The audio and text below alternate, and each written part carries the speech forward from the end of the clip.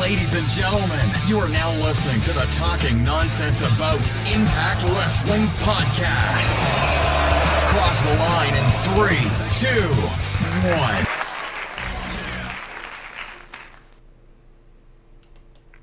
Hello everyone and welcome to episode 54 of the Talking Nonsense About Impact Wrestling podcast. My name is Jeff, and alongside me, as always, again I could say that even though I think Max is frozen, is the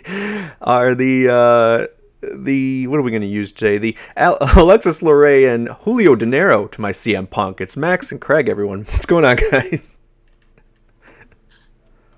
Not much. I'll happily take either of those. I'm cool with it. Who are you going to be? I'll take Alexis Luray. Sure, why not, right? All right, Max, are you with us? Do we lose you permanently? Can't hear him. Yeah, he's gone. All right, well, that's a great way to start it, but we're going to slowly trickle in. Obviously, SummerSlam, that other company's pay-per-view is going on right now, so we'll see what that what the chat room's looking like. But if you're watching this on YouTube or you're listening to this on one of our amazing podcasts, hey, what's going on? If you're listening to us on one of our podcast platforms, welcome. Thank you for coming back. We have a great show packed full of stuff to talk about, obviously. There wasn't too much that happened in the world of wrestling, I suppose, but I think we have a lot to talk about. And Max's first episode back, hopefully, knock on wood, if he awakens from his slumber there. I'll try to get that working. Probably a damn Steelers game. Craig, why don't you hit us up with a little bit of These Numbers Don't Lie, and I'll try to work on getting Max in here, and then we'll go over the stuff before we hit Power Rankings. All right, so yes, it's me, it's the M.I.C. Craig, aka Mr. Impact for the TNAIW channel, and we are back with some more nonsense live, and of course, as if you didn't know by now, you can find us here, you can find us there, you can find us down there, everywhere. Facebook, Twitter, YouTube, SoundCloud, Spotify, and wherever else you podcast. As Jeff alluded to, you can see now to this side of me. Got it right? Yeah. First time. Yes, we have all the numbers you desire. Up on Twitter. Up in audio, slightly down visual views, but up subscribers, up on Twitch, and up everywhere else, so we appreciate it. Yeah, I'm going to kick in really quick. There's a weird noise coming in. If you guys are listening to audio, that's Max hopefully coming back into the thing here. Max is trying to get everything set up. My internet decided to give up. Oh, good. See, so right, it wasn't us. I feel better about that. No, it wasn't you guys. My internet pulled a Kira Hogan and just dropped out. Oh, quicker than Ric Flair on a train? Is that where we're going? Not quite that fast. Well, you fixed that. I'm going to go over the numbers. What Craig was hitting up, and I don't know if you could see all of it, Craig, so I'll go into the minor details. Hello to our Twitch and live chat group. 4 new names already on there. Awesome. Glad to see you guys. But yeah, we're up to 49. That's up 3 from last, or 1 away from affiliate on Twitch. So come on, guys. We're almost there. And last week, thank you guys. We thought it was a slower week. We really didn't see too much going on in the chat, but it was our highest amount of unique views of all time. So pretty exciting about that. Up to 192 on YouTube. We're 8 away from the goal. Something with the algorithms kind of... messing us up there. We were at 196 now, back down to 192, but still up and balancing out everywhere else. So really excited about that. We're growing thanks to you guys. As we always say, of course, we want the numbers to be millions and millions. That's why we go over them. But at the same time, it's one friend at a time, one fan at a time, and we really mean that. So if you're patient with us, we'll be patient with you guys. Coming on board. Craig, I'm going to try to stall a little bit.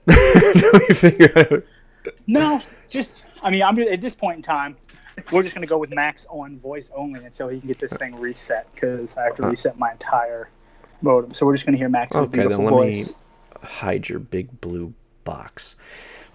There we go. Can we put up the we should have put up the picture of AJ. I don't know how I would do that. All right, Craig, why don't you send us off to Power Rankings and hit them with a little bit other stuff we got going on, because we do have a new show that's doing rather well, which I'm really excited about. So thank you guys for that as well. Yeah, of course, State of Impact made its return, repackaged, re-debut. It's out there for you to see and enjoy, of course. T-shirts, signs, all that incredible stuff. We've got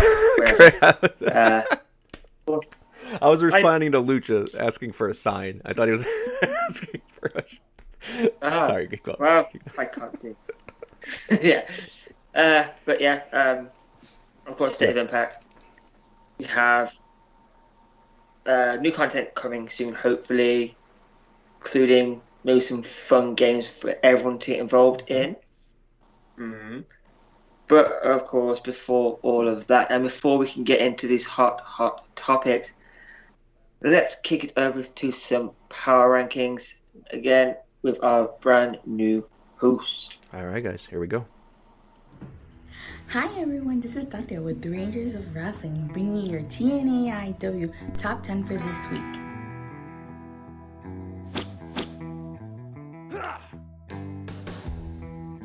At number 10, number 1 contender Ace Austin. At number 9, the most professional wrestler Brian Myers. At number 8, the Death Machine Sami Callihan. At number 7, NWA's Melina.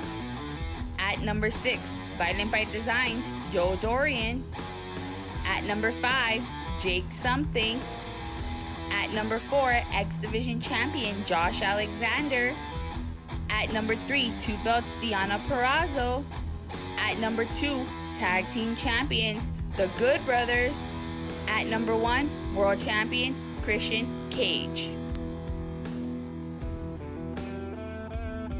That was your top 10 Impact Wrestlers of the week. Do you guys agree? Let us know at TNAIW channel.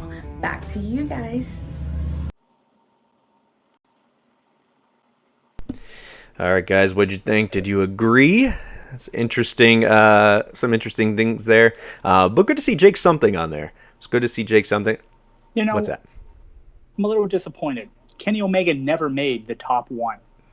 But as soon as Christian wins the title, they put him in the top spot. I think you're wrong. I'm pretty sure Kenny's been once. He was number 1 once. We'll have to watch the tape. My apologies. All right, I think my internet may be working again. I paid the bill. So we're going to see if I can get back on. I may be back. Not yet. Let me know. All right. So, before we get into anything else, Craig alluded to, and I wanted to make a mention because we are going to play a game at the end, spoiler-free, but it's about a debut that's going to happen, and we're going to play a little detective where you don't know the answer. We don't want to know the answer. If you put it in the chat or you comment on YouTube, we will ignore it as possibly the wrong answer. So don't put anything in there. Don't spoil it for anyone trying to play along. But what he was getting to was alluding to was creating some kind of game night. We've been developing this for a while, including an Impact Wrestling official game that we've been working on. So we'll have a family game night is the idea, maybe once a month, maybe once every 2 weeks. You'll play along with myself, Craig, Max, whoever part of the team can be there.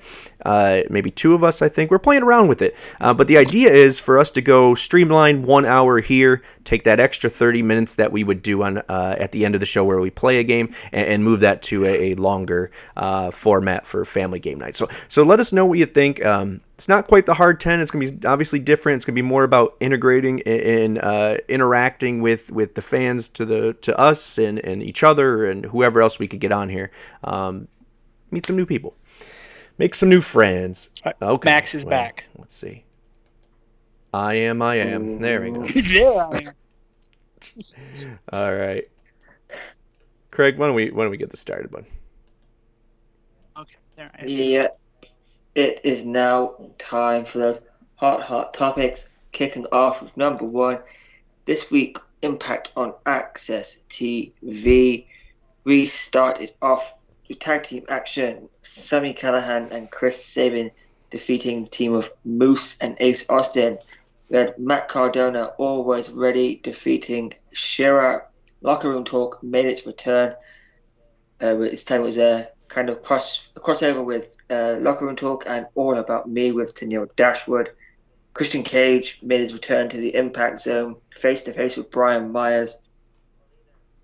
Molina defeated Brandy Loren, former Ava Story. Jake Something defeated Caleb with a K in probably the fastest match of this show and fastest match we've seen for quite some time. And in the main event, a big old house fight. Joe Doring defeats the Impact Tag Team Champion, Doc Gallows. So thoughts and feelings on that show. And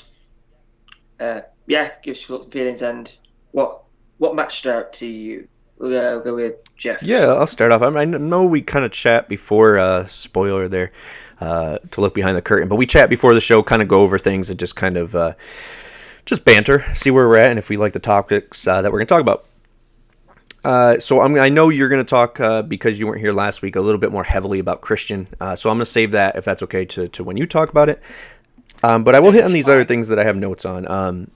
The first thing, and I hate to start off with a negative, and it's not really that it's a negative. I just don't know how I'm feeling on, and I know people in our chat had told me I'm wrong, but Sami Callihan has a face. Is he okay? Tweener, whatever you want to call him.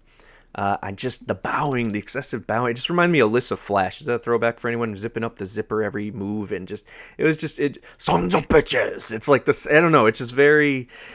I don't know. Anti-hero, yeah, I think he could play it, but he's got to stop playing to the crowd a little bit. Other than that, I think he's a genius. I love him, and his show is great. And that's not bias. I say that every damn week.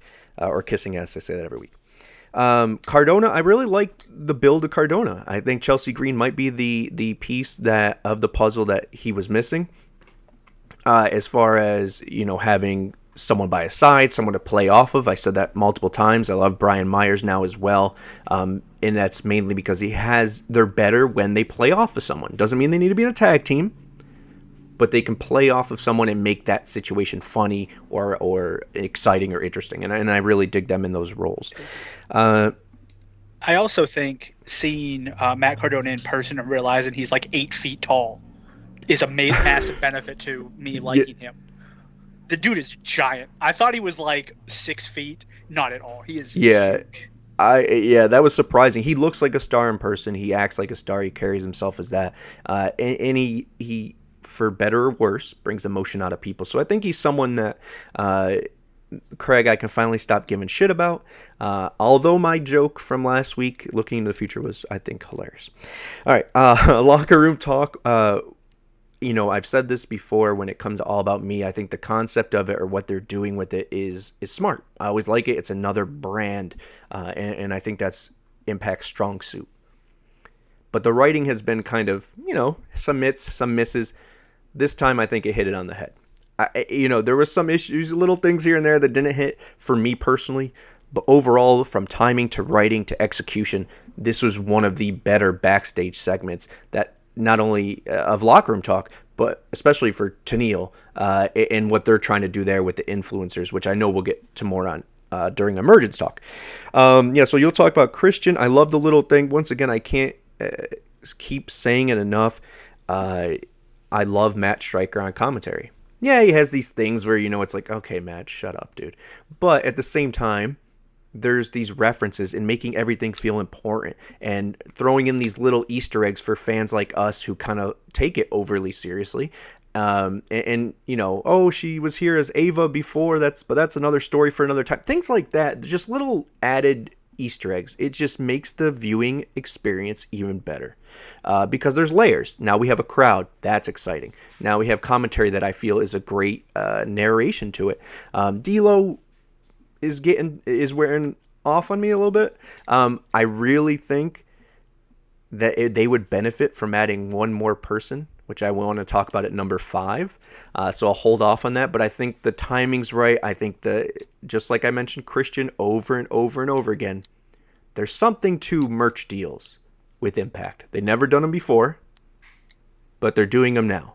with talent that has no longer with the company. So it's really interesting. So I want to talk about that a little bit at number 5. But I would be, before I pass it off, I'd be stupid not to mention the main event. So I argue with people all the time about Big LG and Anderson can go. I don't know why that's even a question.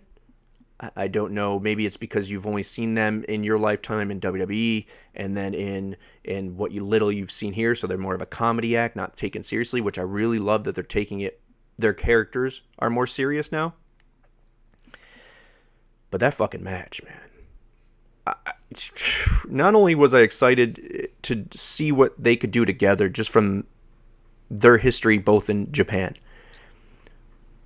but to then see it play out like that and LG sell for Doring, like, I mean, not that it's a question if he would, but they both came out of that looking great. The only thing that didn't come out looking great, I guess, is Big LG's penis, which I think was damaged during that spot, according to sources. So, but other than that, I thought it was a great thing. And you know what it is I always mention this as well, and I'm going to harp on it. What I love that Impact is doing is they leave the ring. So that doesn't mean in matches, they're not fighting over the guardrails and stuff like that. But there's different places that you can make. If you were to make I'm staring at my child's toys. So if you were to make a play set for Impact, there would be a lot of expansions. You could have, backstage, whatever area. You can have, or interview area with Gia. You can have Swingers Palace. You can have locker room talk. You can have, I love that they utilize every inch of the stage that they're allowed to use. And I dig that. And that was really cool to see something happen over there. I said it on Twitter. It felt very Abyss Rhino moment from the past. It's a throwback to a really great moment in history of our history. So I can't say enough great things about it. Doring going over was a surprise, honestly. I enjoy it, though. No one looked bad. It over-delivered. Yes. Yes, yes, yes. So first off, I do want to say the Gallows and Doring match was incredible. For a TV match, it's one of the best I've seen in a while. I agree. The power bomb, like, off the stage to everything, that was incredible. Like, it was really well done. It made both guys look strong. There was nobody coming out of that you're like, okay, this guy's looking weak. So I thought that was great. I will say this. I will admit, if I don't like somebody, I don't pay much attention to their entrance.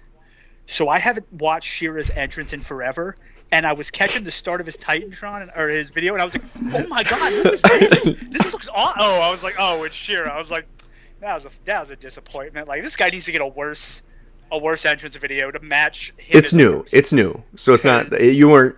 I felt the same way. Okay, I was like, I saw. Okay, I wasn't sure if I had missed it before, because, like, obviously Decay's I think is awesome. Right. Every time they come out, I love watching theirs. But people I don't care about, I'm like, yeah, whatever. So I was like, that's so cool. I was like, who is? Oh well. But the Christian thing, that to me was the highlight, and I wasn't here last week, so I didn't get a chance to talk about the Christian winning. I want to talk about that because a lot of people were upset that Christian won because they said Impact never got their win over Kenny Omega. The thing was, if you actually look at that storyline, when it first started, it was AEW versus Impact, because the Tonys came on and they shit on Impact. Somebody told me, I didn't remember hearing this, but somebody said at one point during AEW, Tony told people not to buy an Impact pay-per-view. Like, they were really taking every chance to shit on Impact. And then eventually it kind of shifted to not AEW versus Impact, but Kenny Omega is just better than everybody. He's better than everybody in AEW. He's better than everybody in AAA. He's better than everybody in Impact. And it really kind of became Kenny Omega versus everybody.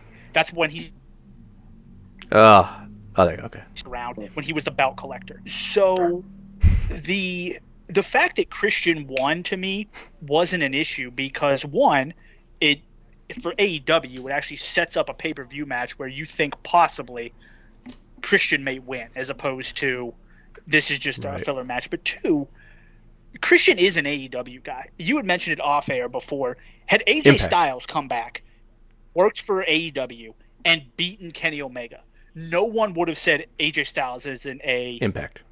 Right. Impact guy.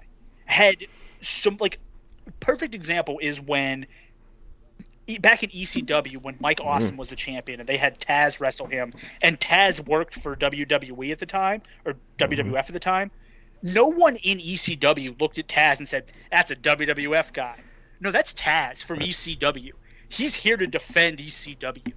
And that's what Christian was. You have said for, I don't know if we've talked about it on here a lot, but I know you've talked about it a lot with me in person about Christian. He used his Impact theme, or his TNA theme in AEW. They were selling his pin. You've been preaching that this guy is either a part of Impact or going to be on Impact. Like, he's going to be there forever. And it's one of the things where even Christian, like, never realized how much he meant to TNA and Impact. Right. Like, when Impact was when TNA at the time was like, hey, when WWE told them, you can get any guy on our roster to show up, like, we want Christian. We want Christian. Like, and Christian was like, why the fuck do they want me? Because he didn't realize, like, he was the first person, big name guy, that said, I'm going to leave WWE and come to TNA. He was the first person to cross over that line. And because of that, he is he has a special place in TNA. It wouldn't surprise me. I haven't seen anything that they've announced who's going in the Hall of Fame. Hall of Fame, but it wouldn't surprise me if he has something to do with it, because he has the chance. It makes too much sense. So I thought the whole him winning the title was perfect. I am a little disappointed he retired the TNA bout, because what he should have done is they should have just slapped Impact on that bad boy and used that, because I like the Impact title, but the TNA title is one of the best bouts in wrestling, like, ever. Like, if you're ranking beautiful titles, it's beautiful. So I was a little sad about that. But I love him. I also would like to point out that I love Brian Myers coming out and giving his whole, like, D-Ray 3000, Shark Boy, Brownback. Like, that was a great promo. We'll talk about their match, but he's someone who has really grown on me a lot since he's come to Impact as well. But overall, I thought the episode was really good. I really like that Impact continues to push storylines. Yeah. You talked about the Madison Rayne and Tenille thing. That was really well done. I also love that they were at the same exact set, like literally sitting in the same exact spot, which I thought was hilarious. They do a really good job. It's one of those shows that, to me, they understand they only have 2 hours a week, so they put in promos and vignettes and video packages so that they can have more storylines going on than they should be able to with their time allotted. And they do that better than, in my opinion, any company out there, about making sure that tons of people have stuff to do. They highlight their Knockouts division with 2 hours a week better than AEW does with 5 hours a week. I agree. Like, I mean, I don't think it's biased. I mean, people can have different perspectives on that, but I'm nodding my head so much because I agree completely. I mean, I know we'll touch on more and more about that, but I want to hit the Christian thing really quick. And you said it just now, but you said it as well as not why would Impact want Christian? That was the one person, right? Or TNA at the time. And as you said it off air, was Christian was the first one that wanted them. And I think that's beautifully said. I mean, I think that's what it comes down to. Is I know we're older heads and we've seen it from its inception. Literally every piece of content since day one. So to me, Christian is TNA Impact. You know, when he was joking on the Edge and Christian show, it hurt my feelings. I'm not gonna lie. I was like, no, why would you do that? Because he was the first one to choose us. He was the first, I guess, shining light in what could come out of this, out of, they're going to close down, and then he comes and then Angle comes in his chain reaction. So, I accept that. I also understand the point of view of Moose should have won. Totally agree. I agree. We should have built it up and that should have been the case, but it wasn't. obviously something went on here with the timing with CM Punk coming and Kenny needed to go back and rest up and be more focused with AEW. This is the next best option. And I firmly believe, and I know we'll get to Emergence now, so I'll kick it to Craig before I say the other part or any deeper, but I will say we know it's going to be Ace Austin versus Christian. Maybe this is just a bridge and Ace Austin's the guy. So we'll see. Maybe. And real quick, Bert asked, why did Kira leave the best women's division? It's probably for money. I mean, realistically, there's still a lot of people who, even if your dream was to wrestle in Impact, you want to try and either get to AEW or get to WWE to be on that bigger show. Unfortunately, she was a former 2-time Knockouts champion and one of the top knockouts in Impact. Well, she was the 2-time Knockouts tag team champion. Tag team, my apologies. Former Knockouts tag team. They mentioned that on AEW. And then she literally got squashed in 2 minutes. So unless she's going the Fuego del Sol route of losing 41 matches in a row and then get given a contract, I mean, to me, it feels like it would be like if Natalya came over to Impact and they just jobbed her out to Havoc. To us. She was a big deal. Correct. Which is to so us, weird. That's what I'm saying. Like, she was a big deal. So I don't know why she left. I'm assuming it was a money thing.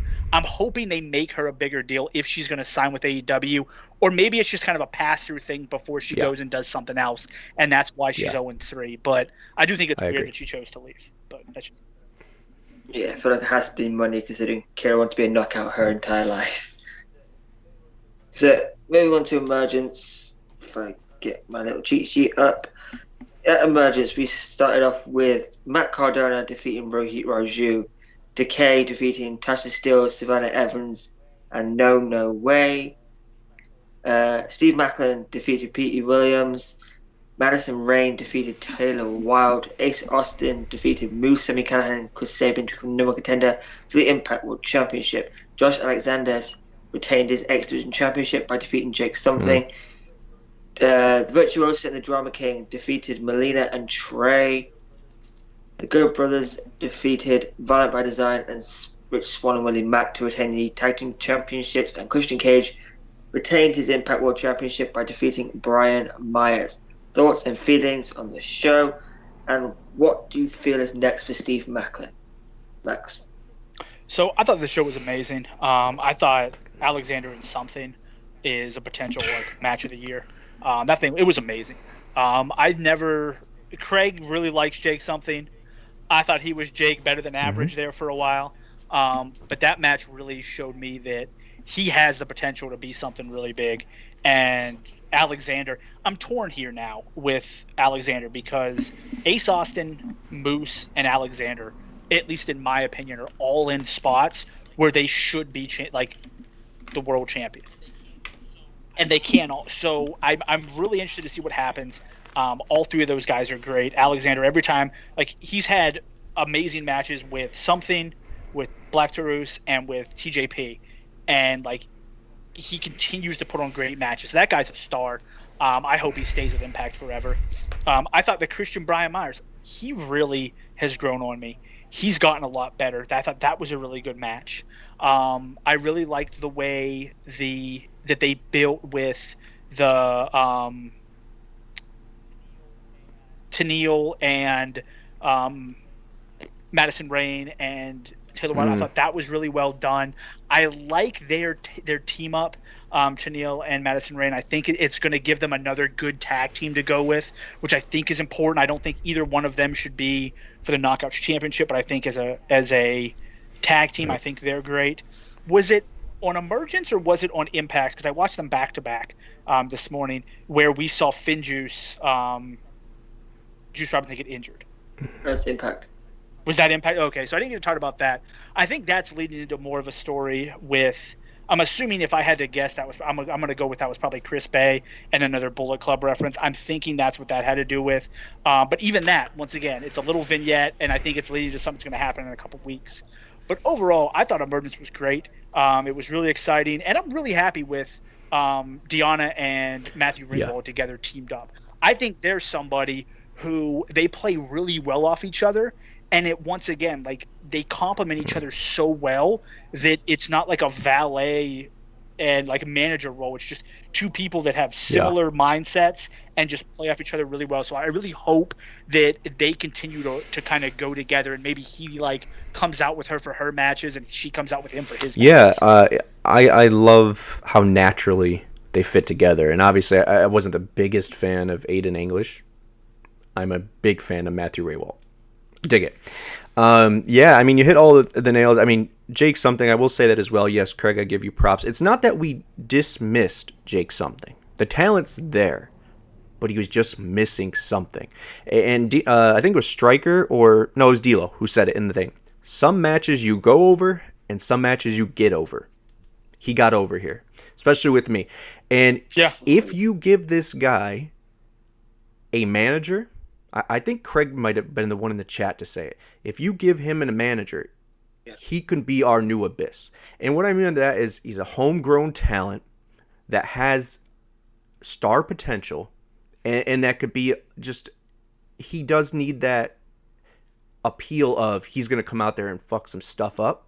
So he kind of it would be interesting for him to have a manager who's just like, go, kind of like AOP with Ellerling. So I love him there. I think he's on his way up. I firmly believe that we no longer need a mid-card title, at least for now, because that X Division title, especially after that match, you can see it's what we think it should be, which is work rate championship. You come in here, you have to beat Josh Alexander, and you need to work your ass off to do that. He was going to give everything he has, every match he's in, and he's redefining this division. It's just awesome. He is a future world champion for us. He is a future Hall of Famer for us. I can't wait to see what they give this kid next. A kid, I think he's maybe a couple years younger. I don't even know how old is Josh Alexander. Is he in his younger 30s? Early 30s? Let's look that up. I think he's mid 30s, right? Let me look. 76. 34. He's 34. So we're the same age. Okay. One of us moves quicker than the other, though.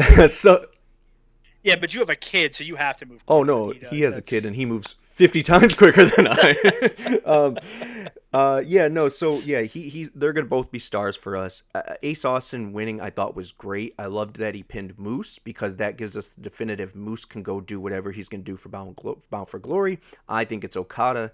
I think, who's the guest here? Who do you face at Resurgence? Blanking. The dude who's like 4'2". Ishii? I think that's who it was. Tomohiro Ishii. So that's who we face. I think they're gonna have their rubber match at Bound for Glory. I wish it was Nakamura, but that's still a banger of a match, and it was. Emergence was great. Oh, yeah. I know the only match was the Deanna and whatever one kind of had a weird cut to it. Josh, who's actually in the chat, told me why, or told us all, I think it was in our private or the TNAIW one, but that there was a wardrobe malfunction that they had to edit out in a way just to make it work with Jesus, thank you, Jesus, Mary and Joseph. My brain's all over the place. Just so much good shit coming in. That's not a cover for it. It's just I'm thinking of all the other things I want to hit. The one thing I do want to hit, because I have it circled 7 times, so I'm going to get to that. The influence. You mentioned it. I don't know if it was on purpose or this is how the world worked. We speculated that, we thought the inspiration was going to be part of Tenille. I think we've been reading this wrong the whole time. I think they knew their visa wasn't going to work. Maybe they're not coming. Maybe I'm just conspiracy theorist here or wishful thinking. But you bring Madison back, and she's with Tenille and Caleb, and they're the influence, right? They're the heels they're telling you what you should dress like, what you should look like, what you should do, right? Who would be the best foils to that but an inspiration, which is someone who's supposed to help you get enlightened and give you a muse to. So I think there's something there with that, and I'm really digging it. And I marked out like a motherfucker. Excuse me to anyone who's underage watching this, listening to this, but it's Taylor Wilde versus Madison Rayne in an Impact Wrestling ring in 2021.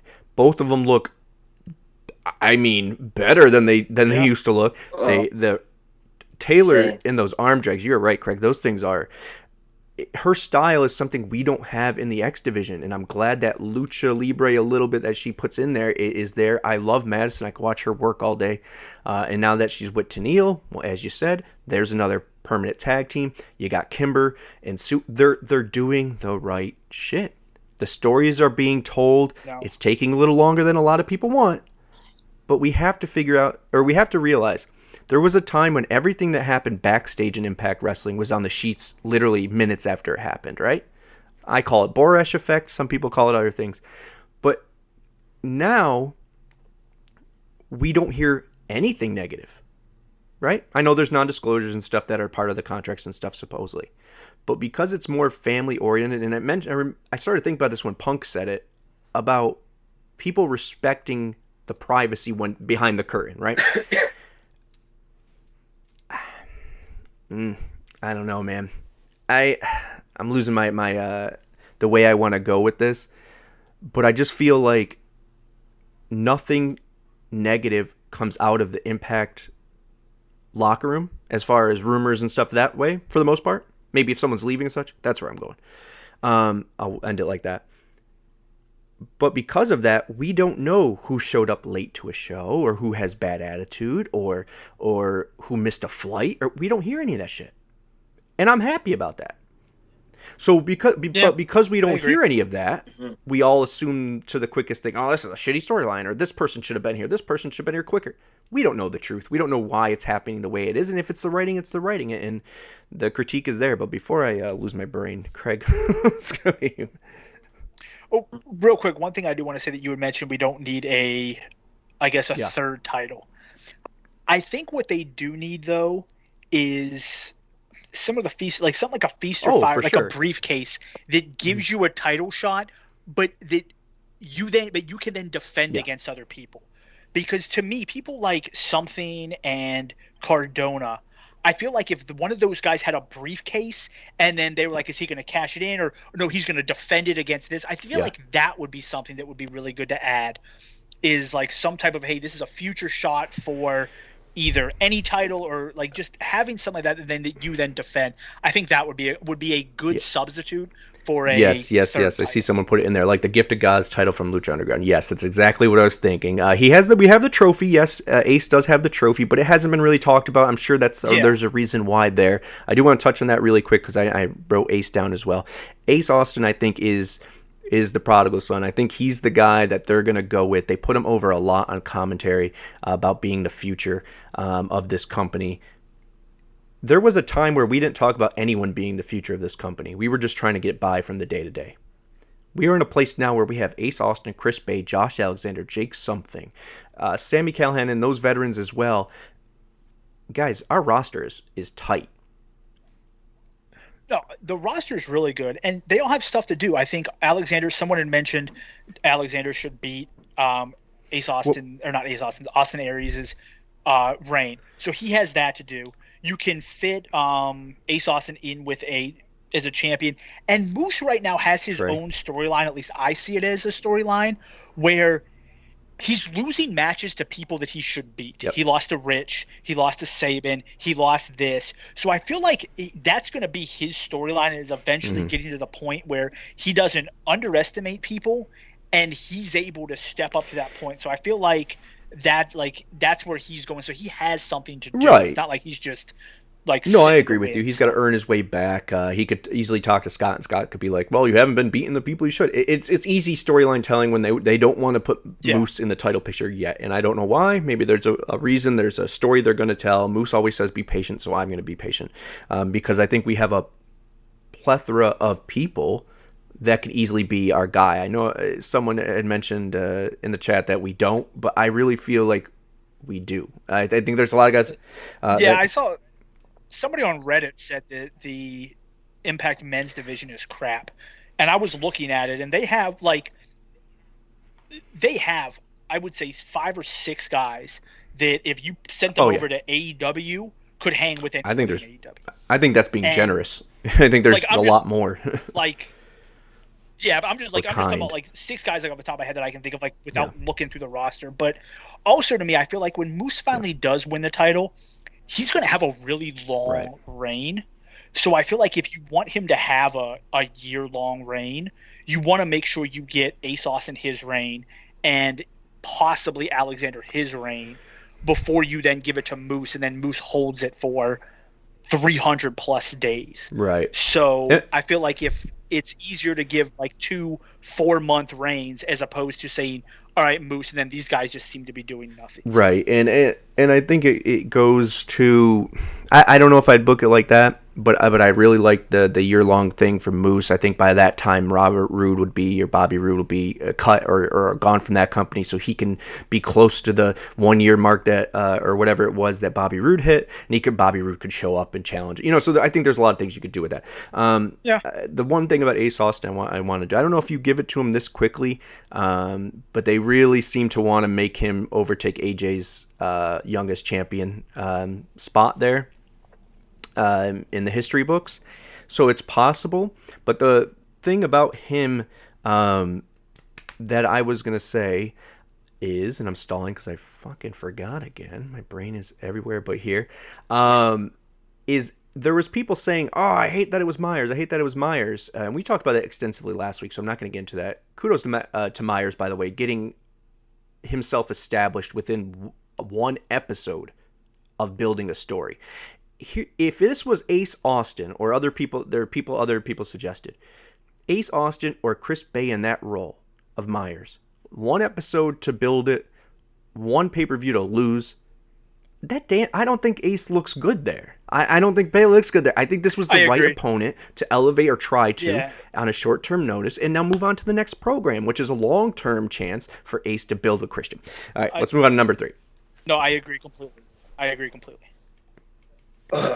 So, I want to give a shout out to Bert in the chat for a suggestion for Jake Something's manager being Selena De La Renta. Yeah, of course. Great. But moving on to number 3. 2 weeks ago now at New Japan Resurgence, after the match against John Moxley and Yuji Nagata, Girls of Destiny face-to-face with the Good Brothers. Following this week, Carl Anderson putting out a tweet of all people that they need to go through to see what happened in their WWE run and who they need to talk about.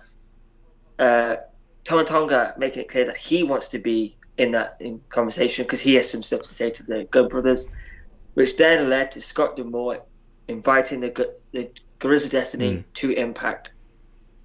Do we think this happens? And silly question, but are we excited? I start with Jeff because I know Max probably have a lot to say. I'm going to make this quick because we're behind and I have a lot to say on 4 and 5. Anytime Scott tweets about it, it pretty much is the kiss of death. It's not going to happen in Impact. It's probably going to happen in New Japan, Strong, or AEW even. I think New Japan would want to save that. If it happens in Impact, be happier than a fucking kid in a candy store. But I don't know if the way it's being presented just doesn't feel like it's us getting that program. VBD versus the Good Brothers seems to be where they're headed at Impact, at least for now. So I don't know. We have 2 months, so it could be anything. But either way, it's good hype. It's exciting that they're pushing it in social media. I don't know where it goes from here. I noticed there's a more serious Gallows and Anderson, more focused, at least when it comes to their characters. So we'll see.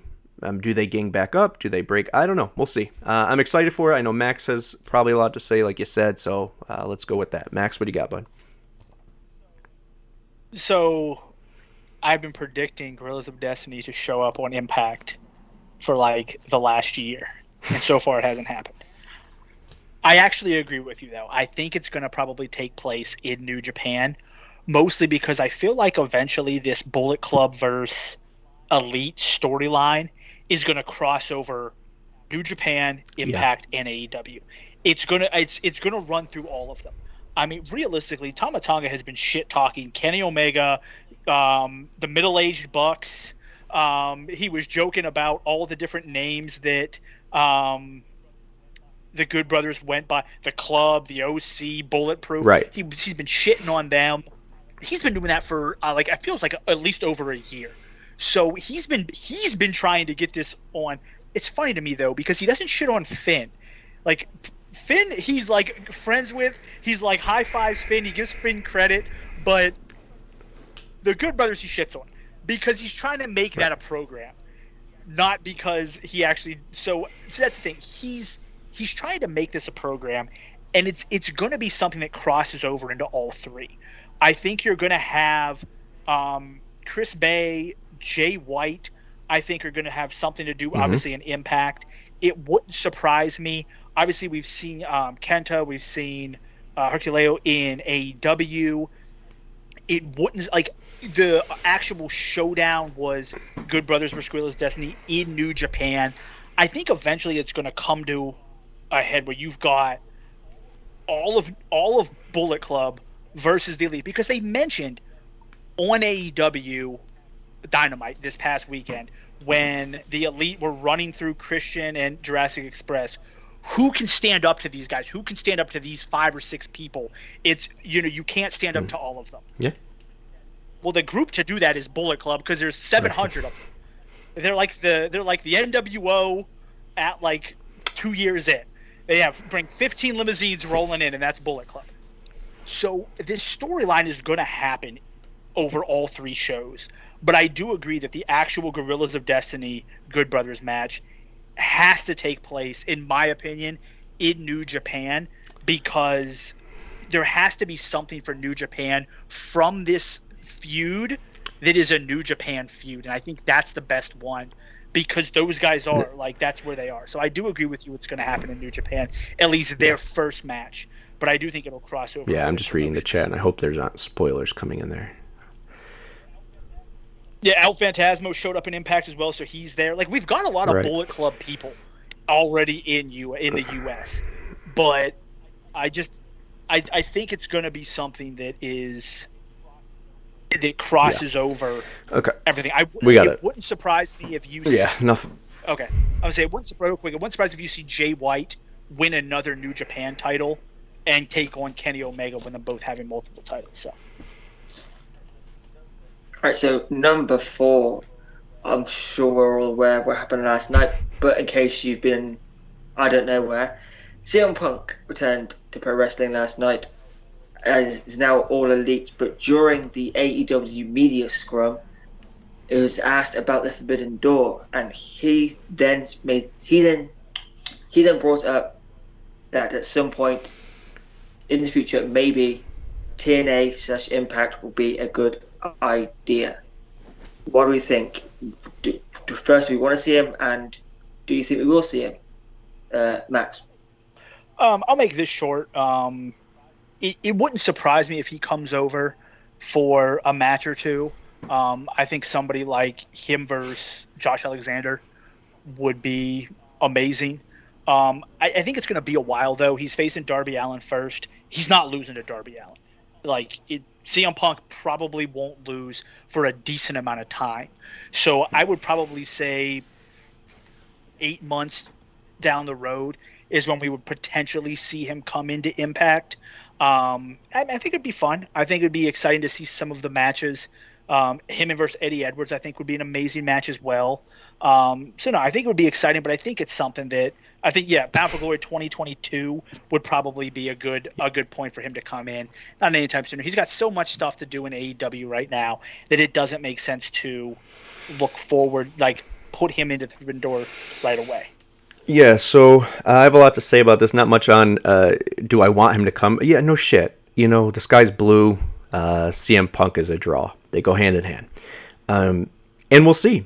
We'll see what the numbers are. I haven't got a chance to see yet. As far as ratings for last night, or I could definitely see how it's trending and still trending. So at the end of the day, this is good for the wrestling business. I said this in the chat group, and I want to say it again in this way because I know it seems aggressive when you're typing, but also because just so we're all on the same page. For me, the answer to what, and we'll get to that number 5, but what we do, I'll answer. But as far as how does this affect us, it does not affect us negatively at all. Did we lose the number 2 spot in America to them? No, we lost it a long time ago. We didn't lose CM Punk to him either. He wasn't coming. We're not live. He wanted the live aspect. Can I see him coming? Yes. He does not go out of his way to mention TNA Impact and the partnership we have. Even if someone asked him a question, if he wasn't guarded about going to there or making something happen. Because I think CM Punk, and I wrote this down in the analogy here, I think his brain, the way he works, is very Theo Epstein-ish. I don't know, for any baseball fans or fans of sports in general, which is someone who says, he's the type of guy who goes, you know what, I'm going to go to Boston. Okay, I broke their curse. After whatever amount of years, they finally won the World Series. I did my job. I'm leaving. He goes to Chicago. That's where he goes next. And what does he do there? Breaks the Cubs curse. There are people in this world that just like the next challenge, even if they fail. He does not see his MMA career as a failure, as he shouldn't, because there's millions and millions of people that are in their living room that watch MMA, that drink a few beers and say, I could be on that shit. He did it. Lasted longer than I would have. He did it. So for him, I think he's always about the next thing. What can he conquer? What can he do? And to put a feather in his cap and say, you know what? Impact, I was there for one of the pay-per-views, and it was the literally WWE numbers. He could do those things. I don't know personally. We'll see what he does with AEW, but I'm sure the way it's trending that it's going to be a full-on thing. You have Daniel Bryan coming next. The wrestling business is good. We should not be wasting our energy hating the fact that CM Punk went to a company that was prepared for him to be there. They're live, big venues, merch. They just have it all together. Doesn't mean we won't get there. I'll get to that number 5. But we should not hate on that, because the more business there is, the more people that watch. All these people that are like, oh, they pick on us. Who gives a shit? Man up. It's a TV show. Like what you like for what you like. Ignore all the hate and put that energy into making sure people watch Impact, because bitching about AEW is not going to bring fans to Impact. It'll do quite the opposite, honestly. It might make them not want to give a chance whatsoever. And if you say, well, the AEW fans they're so mean to... Let them. We are in a different age. Bullying doesn't get rewarded anymore. Okay? The internet shows all. If those fans continue now who are under a spotlight, let's remember that, AEW, when you take that kind of big leap like they are doing, they're going to look in every nook and cranny. They're going to look for every little thing. They're going to backtrack. Cancel culture is still real, people. So just be good people, support Impact, and invite them to like Impact. That's all you could do, because this growth we're having in Impact right now, these fans aren't falling from the fucking sky.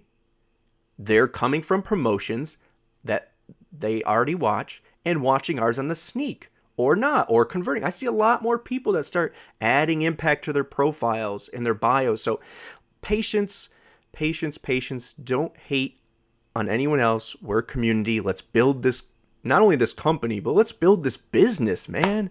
That's what it's about. I don't want to be a sideshow anymore. And at this point, if we do it right as fans and keep supporting everything, it won't be.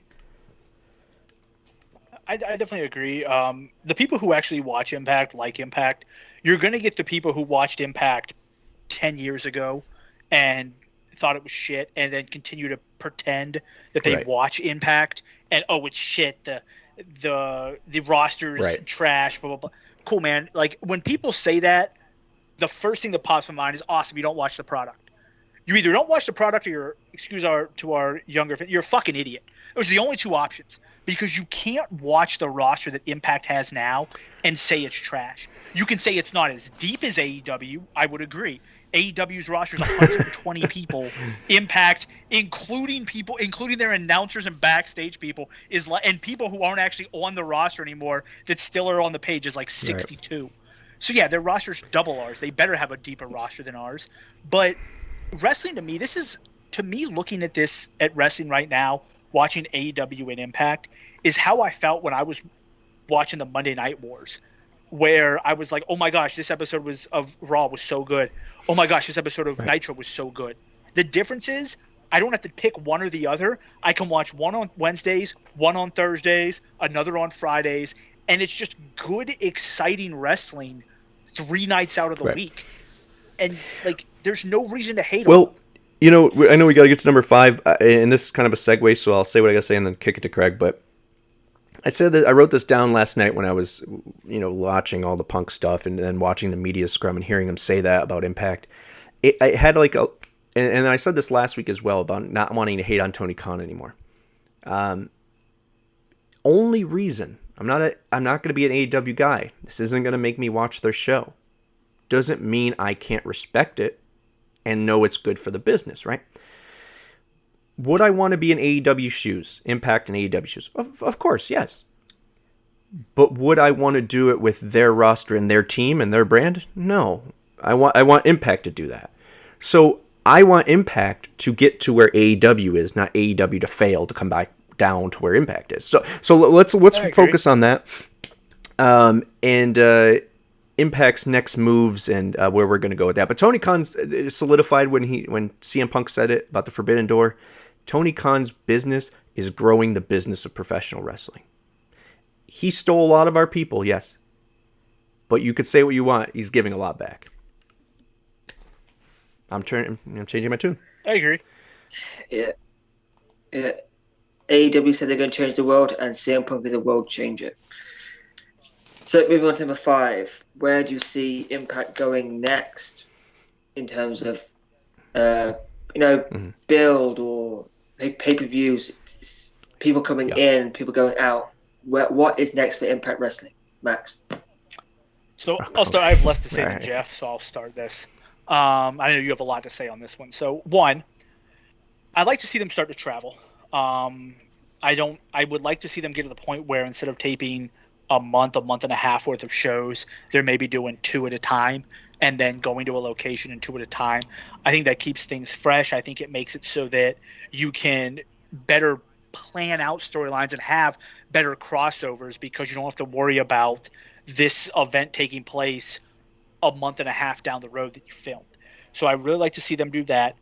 I actually would like to see them use their YouTube similar to how AEW is using it, where I want them to put on a free 1-hour show right before Rampage goes on Friday. So from 9 to 10 on Fridays, because one,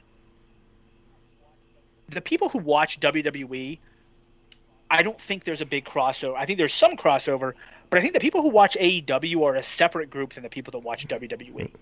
So if you put on a 1-hour show, maybe it has 2 or 3 matches, maybe a couple backstage segments that's free on YouTube right before Rampage happens, I think you'll pick up people who were going to watch Rampage, who were like, I want to get into something.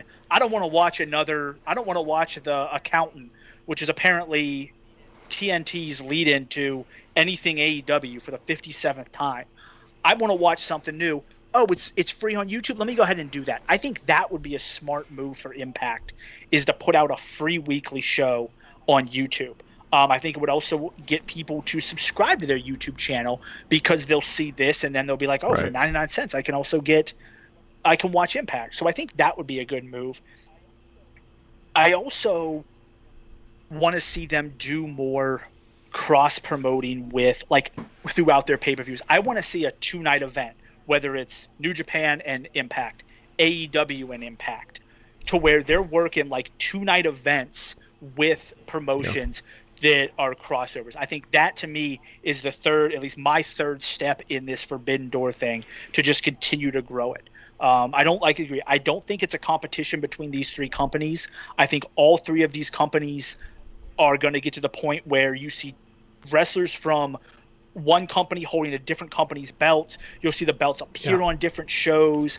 I really think it's going to be something where they all begin to work together because, like you said, that's what's best for business. Yeah. Nice transition. Yes, Bert, exactly. Yes, I firmly believe there will be a mix of that coming forth, even before what I'm about to say. I think we're going to get a lot more of that. I think the 2-day pay-per-views would be genius. I love the idea of having a pre-show to get. Nothing is beneath us right now because we're rebuilding. There was a time where we couldn't even re-sign our own talent. Now we do that. There was a time where you couldn't even see the backstage. All the segments were really shot. They're a little bit better. They're getting on that. The production was it's better on that for a little bit. So we're getting slowly there, okay? We don't have the millions and millions and, billions of dollars that Tony Khan has. We don't own the Jaguars. Okay. So with that being said, how are we going to get to their level? Well, they're too far ahead. I think there's room for more. We are ECW right now, okay? We are building our brand, but I think we have the management that won't make the same mistakes, obviously, as ECW. We're a niche... They are wrestling. Now we can. There's a niche market for Impact right now, or there was, and now it's grown to fans that cross over. AEW fans were at Impact tapings when we were there. New Japan fans were there. WWE fans were there. Impact is that people are feeling out. So we have that next layer. Once we get to that next one where we make those permanent fans and whatever, and we start traveling and we go to destinations that have great fan bases for Impact. Hear me out. We're in Nashville, and you guys can say, not you guys, but in general, we say, oh, the crowds are great. They sound great, whatever. One, it's not mic'd perfectly. I'll say that because the crowds are much louder. They need to get that figured out. But the people going to Nashville are like myself, for the most part, who are people who are traveling from New York, Ohio, Virginia, North Carolina, Seattle, Kentucky. We have friends, Jacksonville. We have friends all over that are traveling to go to Nashville, Tennessee, hours and hours and hours away from their houses to see it. Those are diehard fans. Now let's go to the towns like California. That's a state, but you know what I mean. In California, in Texas, Florida, but Philly, New York. There's all these markets that I think there's. Pittsburgh was a great thing for AEW. I think that's the next step for us is filling those markets and small things. I think we can start selling 1,000 to whatever seaters. I really think so. It might not always be full. We'll have to deal with that. We'll have to deal with the complaints of that. But I'd rather us grow slowly and fill than grow big and go for it. We're doing this right for the first time since I've been watching. It's like all of coming full circle. Same with the Knicks, Max. The management's there to finally put we already know is there. Going right. So we got our Julius Randle. It's time to sign Kemba and go. So from there. For the things I want to say is, so what do we do great on Impact? I think we brand very well.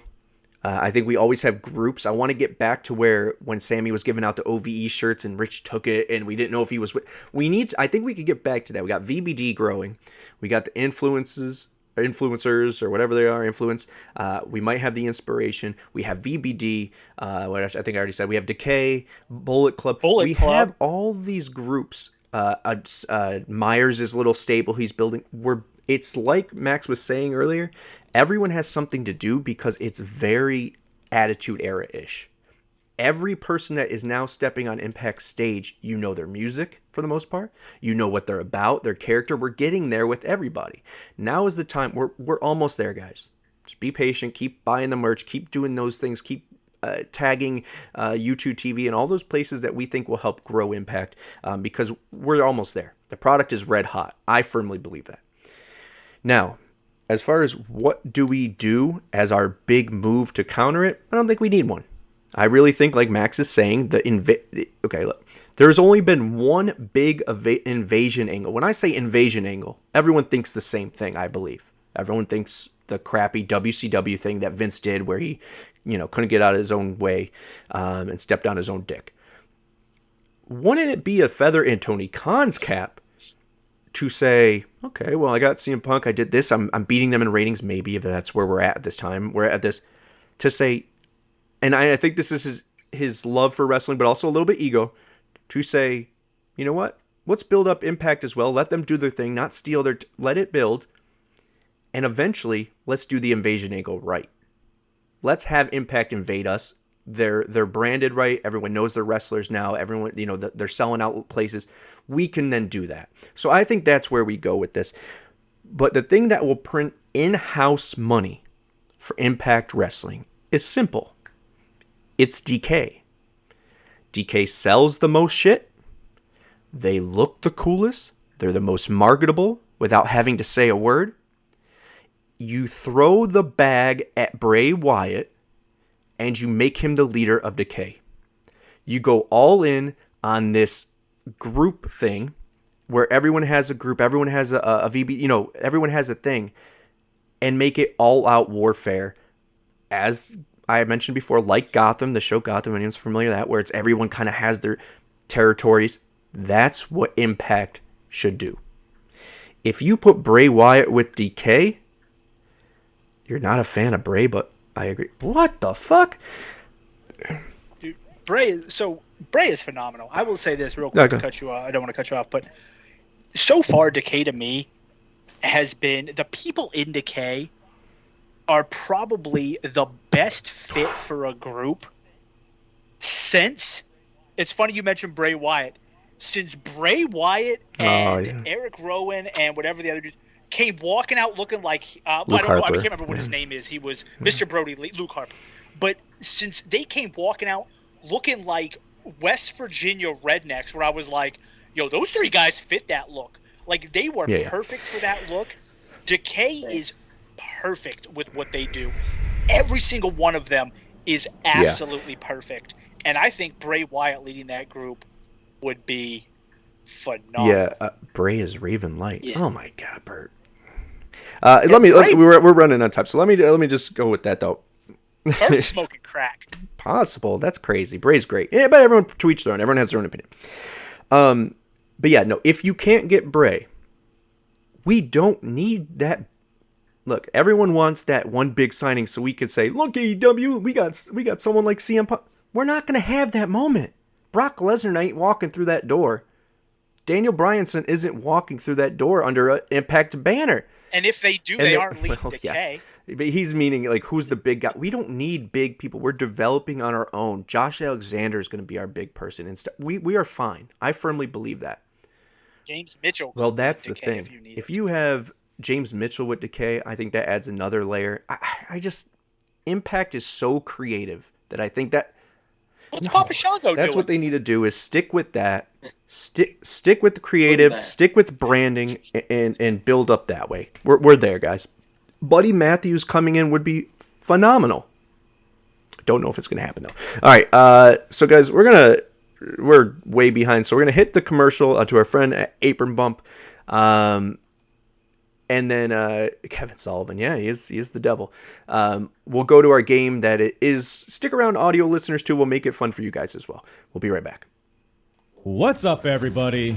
I am the hardest part of the ring, the host of the Apron Bump podcast. Ugh, another wrestling podcast. How many times can I listen to fans tell me who needs a push, who doesn't need a push, who brings Vince's coffee these days? Enough! The Apron Bump is about the journey. It's about nostalgia. It's about discovering new forms of wrestling to really tickle your pickle as a wrestling fan. The podcast brings you reviews of wrestling events all over the world, whether it's WWF, WWE, WCW, ECW. We even cover the golden eras of Ring of Honor, Progress, TNA, and more promotions in the future as well. New episodes every Wednesday. Bump Day, yeah? Go to apronbump.com or go to your favorite podcast platform or YouTube and subscribe today for the most diverse, fan-friendly wrestling podcast in the world.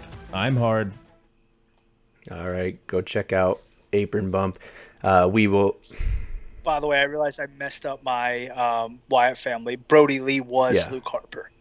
I couldn't remember which one was which. Either way. All right. So go visit them. We'll be doing Unbreakable 05 with them, I believe, doing a review with them, which I'm really ecstatic about because obviously Unbreakable 05 is the only 5-star match in Impact Wrestling history. But with that being said, before I kick it to Craig, well, actually, no, Craig, you're playing along because I made the game. But I do want to say the quality of our wrestling and our friend, who put it up? Well, I retweeted it. But the quality of matches from 2020 to 2021 is insane. how we've stepped it up in the eyes of other people that rate it and whatever. Now, which I don't always whatever, but I think it really has. Everyone's been putting the matches have been amazing. So they've had 3 match of the year candidates with Josh Alexander alone. TJP, Black Taurus, and Jake something. Anyone else could be match of the year. So we're going to play this game here. We got about 19 minutes, so we're going to hustle. But there is the rumor. I don't want anyone in the chat, like I said, to answer. Please play along. We're anything that pops up in the chat, we are going to treat as if it's is just speculation. So we have, for the audio listeners, we have every X Division champion to ever hold the belt on our screen right now. Okay. The rumor is that a former X Division champion was at this taping. There's re-debuts, okay? So that eliminates a lot because some are under contract elsewhere. And it also eliminates a lot because some are already with the company. Some of them work with the company. So let me get that up and we can start. So I'll give you, Craig, because obviously you get to interact the least here, my friend.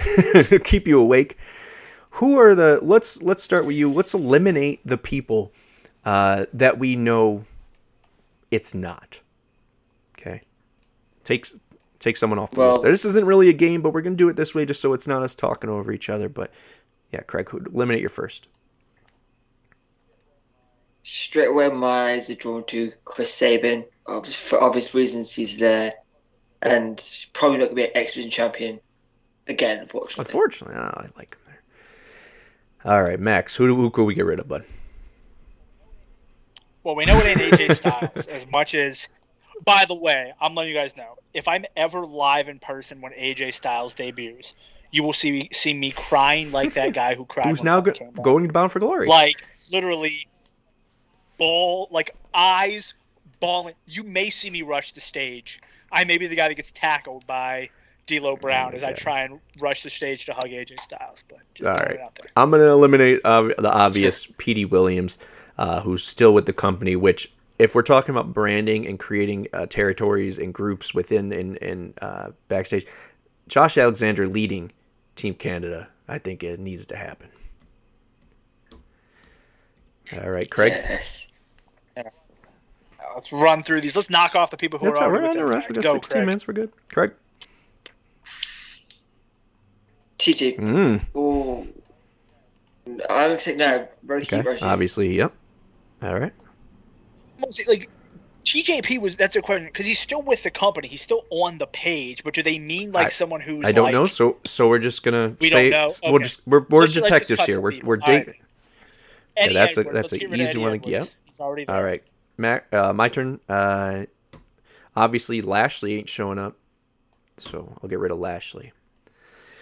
All right. He's about to be squashed by Goldberg tonight. Craig. God, he's squashed. Craig, who's your guy you're eliminating here? I'll have to go with Abyss. Obviously, he's the producer, so probably not going to be him. Are you looking it up, or are you?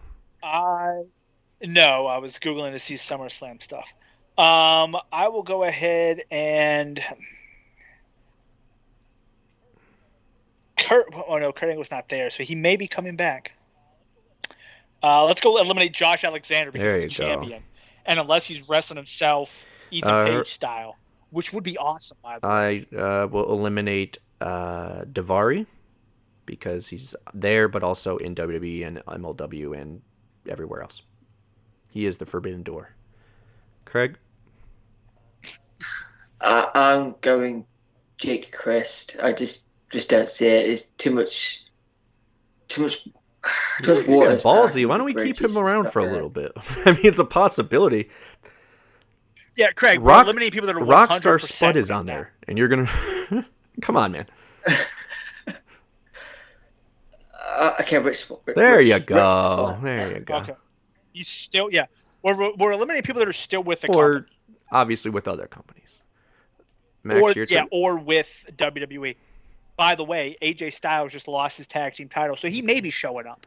So we may want to put him back on the list. But I'm going to go ahead and get rid of Samoa Joe. He just signed. And then they're canceling. NXT fans, by the way, if you're NXT fans, hey, welcome back. Come. We welcome you. No judgment here. This is a judgment-free zone here at TNAIW. All right, I'm going to get rid of Trevor Lee for the same reason. He is there with NXT. Craig. All right, I'll go with Robbie E. Obviously, he's over in NXT as well. Is he? Max? Apparently. I know that. I think Rockstar Spud's over in the WWE doing something. I don't think he's. No, I haven't seen a video of him crying yet. So he's fit around 205. 205 Live. Holy shit, I remember that. Let's go. Trying to look here. Oh, Billy Mack, obviously. Already with the company. Back to Craig. Oh, I see another person that's already with the company. Matt Sydal. Obviously, AEW. But there's a... Craig, I don't think you understand how this game works. We're trying to eliminate people who are 100% not showing up. Clearly, AEW people can show up because Christian Cage is now on this show. So let's eliminate people who are currently with the company, like Eric Young, who is clearly not re-debuting on Impact after he was just on Impact last night. And I doubt that's what they would lead with. Former one-day X Division champion Eric Young. All right, Ace Austin. Okay, there we go. Okay, there we now go. You get Ace it. Austin. All right. I will go ahead and eliminate Eric Young. I already did that for you. I'm going to get rid of Kazarian because he returned last week. 2 weeks ago, yeah. He returned already. Okay. All right. Are we now getting to the people who... Is there anybody else who is currently working for WWE? If we want to go through them, DJZ for sure. Okay, cut him. I didn't realize he was working with WWE. Different name, but yeah, he's killing it there. He'll cut soon, so he might be back. Sanjay Dutt's wow, we're not eliminating many. Still, Chris Bay. Okay, well, let me get rid of Chris Bay. Okay, now I think what the next thing to do... Oh, shit.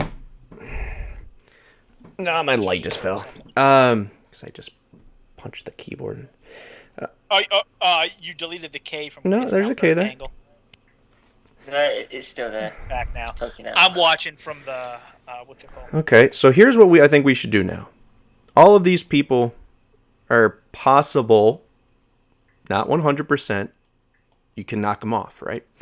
So I think the next thing to do is take off who they wouldn't say is the return of X Division champion. Like, for instance, do you think Austin...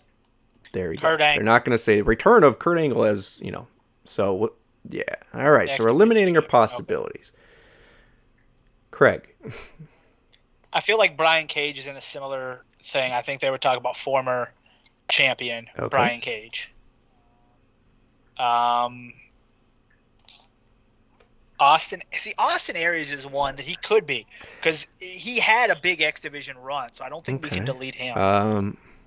I think I'm gonna go with Alex Shelley because I think they'd say Machine Guns Reform or something like that.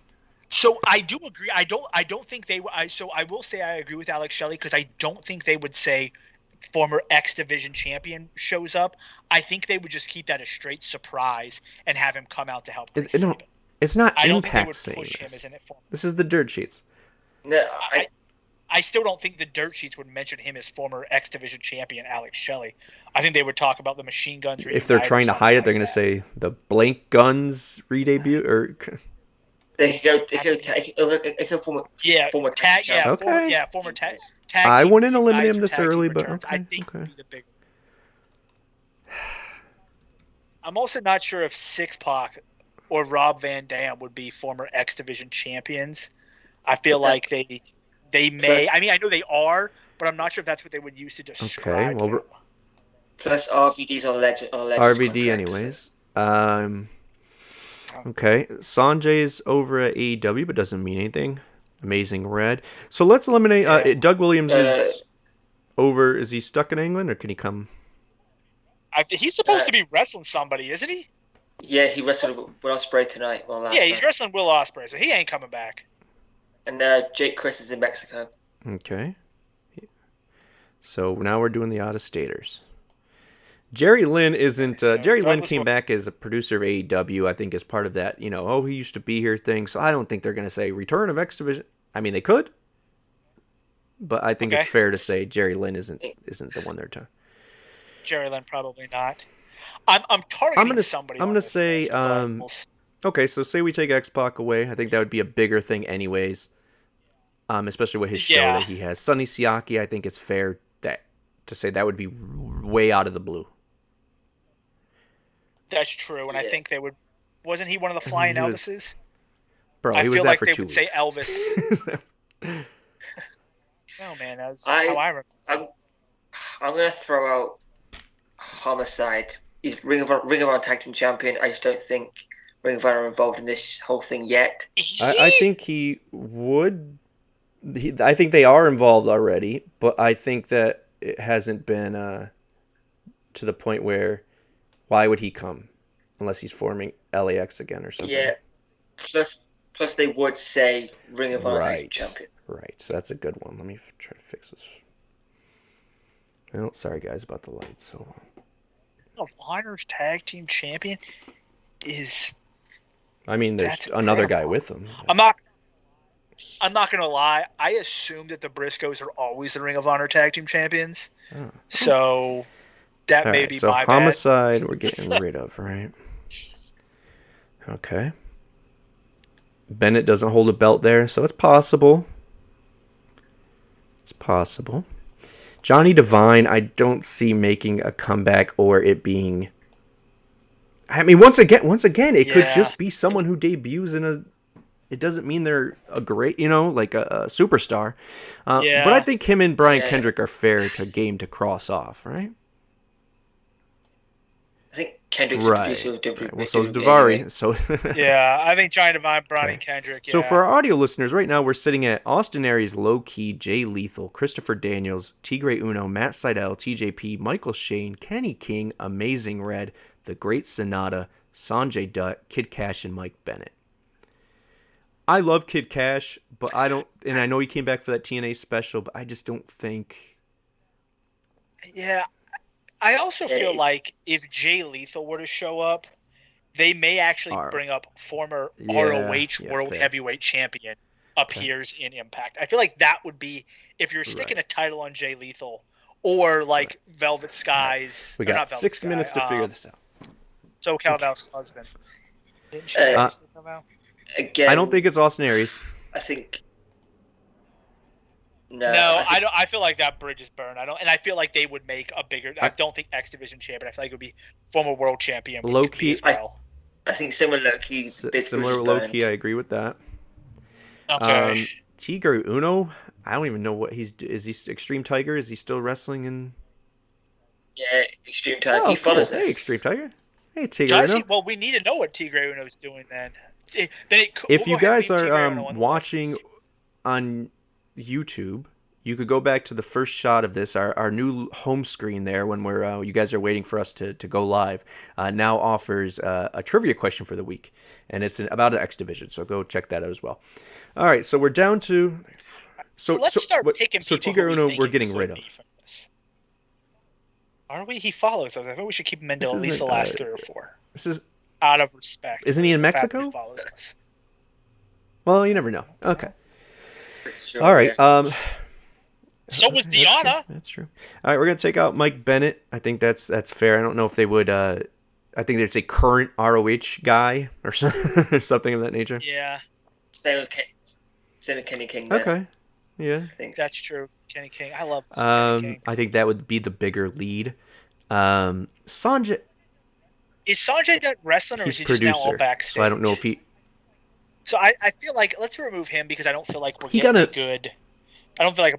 He also got the All Elite banner thing. Sanjay's All Elite. So, all right. So now we are down for audio listeners and watchers. We'll recap.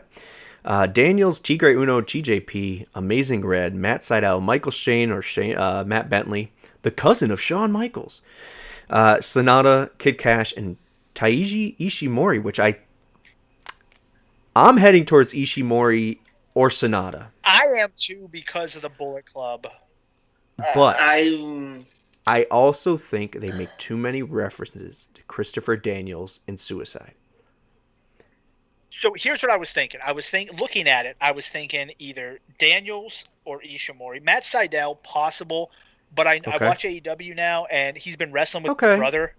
I think it's Rick Sydal, I think is his name. I could be wrong there. So yeah, I feel like that would be kind of out of the blue. Michael Shane also seems out. I don't even know what that man's doing anymore. Okay, so we'll take him out. But here, I feel like if I'm real quick, TJP, he missed. He wasn't at the last tapings for probably the same reason he wasn't at these ones maybe. So could we take him out? Seeing they probably want to give he returned to TJP. I mean, he may though. He's a former X Division champion. He's been gone for a while. He could actually be someone who, if he returned to tapings, TJP. And Craig, what do you got? I don't know. He's a pretty big star too. So TJP isn't technically signed, so I guess it could be considered a return. He's still on there. So is James Storm. So is Alex Shelley. I mean, so is what's his name? What is Raj Singh? Raj Singh? He's still on there, bro. But if we're throwing someone out, I think Amazing Red. I think he was going to. If the TNA thing had gone through, I think we might have seen a bit more. But so let's take away. I think it's fair, even though I know you want to keep him. We got 2 minutes left, so we got to rush this. We could stick it a little longer. But Tigre Uno, I think we could take out. Either somebody is shooting fireworks off at my house, or there's gunfire outside. I'll keep you guys updated what's going on. I think you think Amazing Red we could take off. I think we can take off Kid Cash. Red. That's what I'd love to be. I love me some Kid Cash, man. Watching him F that dude up. All right, so are we keeping Kid Cash or not? What's going on? But I think we're cutting him. I don't think. Okay, so now we are down to our final 4, guys. If you stuck with us through this nonsense, we have Daniels, TJP, Sonata, and Taiji Ishimori. Now, could TJP return and still there be a former X Division champion that returns? Possible. So I think TJP is a very big possibility, but I just don't see it being. I didn't read it, obviously, but I think Daniels is a big one. Do you? I feel like Daniels or Ishimori are probably the two most likely. See, one of those two. Ishimori, obviously, with his Bullet Club. Oh, I firmly believe Ishimori is a possibility. Yeah, they're all showing up. Yeah, and Daniels because Kazarian was there. Why? I mean, it wouldn't surprise me if Daniels and Kazarian drove to that place together last time, just because Daniels has nothing better to do. He ain't wrestling on AEW right now. So, my feelings are Ishimori is due in the States with New Japan. But I don't know if that's now or next month. I don't see it being Daniels. If it's Daniels, I feel like that would have been spoiled multiple times. Well, what about Sonata? Is Sonata still over there, or is he made his way to the States? I think he's due over here. Due in the States again. Okay. So the evil is it? So these are our top 4. It's 9:00. I think we could leave it on this because we don't want to get too close to the end. But here's our top 4: Daniels, TJP, Sonata, and Ishimori. All former X Division champions. TJP, obviously the most recent. Ishimori had that great run, and Sonata, unfortunately, kind of reign was mixed in there with the weird years of TNA Impact. And then Daniels, of course, would be amazing. I don't know what he's got left in the tank, but just to see him come out and to his music would be wonderful. I hope he comes out of the bad. Oh Jesus! Music. And he dances to the ring. That was the best. That was my favorite Daniels. Really, with him and Kazarian as bad influence, they were just so good. Yeah, they were. All right, so there's our 4. I'm sure someone knows the true answer. We don't want to know. We want to be surprised. Of what's going on. I just can't see TJP being told not to come to the Slammiversary tapings because of his beliefs in something, and then that they changed from this set of tapings. So I just in no way is already on these tapings, so it seems redundant to have TJP. But I don't know. Let us know at TNAIW channel. We're going to roll here. You guys got anything you want to end off on, Max, first? Watch it be some like rando, like I don't know, just some like random person who we like eliminated like one of our first Johnny cuts. Devine, it's my guess. Yeah, like Johnny Devine comes out, or he is wrestling again, and he did just do Jade Chung's podcast. Interesting. Maybe former Team Canada is reuniting. Maybe we'll see. All right, Craig, why don't you get us out of here then and send us off to next week? Or no, excuse me, send us off to State of Impact. Yeah. Yes, of course. Drop us a follow here if you don't already. Share this wherever you can when it's released tomorrow. Do the whole thing. Follow us here, there, and everywhere. I guess we'll see you all next week for some more nonsense. Yes, thank you guys. A lot of people in the Twitch group or chat. Thank you for that. A lot of people watching the YouTube. 30% of our watchers are non-subscribers. So if you guys are watching this and you're going by and you like it, please hit the subscribe button, press play, press like, and rewind, I guess. All right, guys. For Max, Craig, and myself, see you guys next time. Later, guys.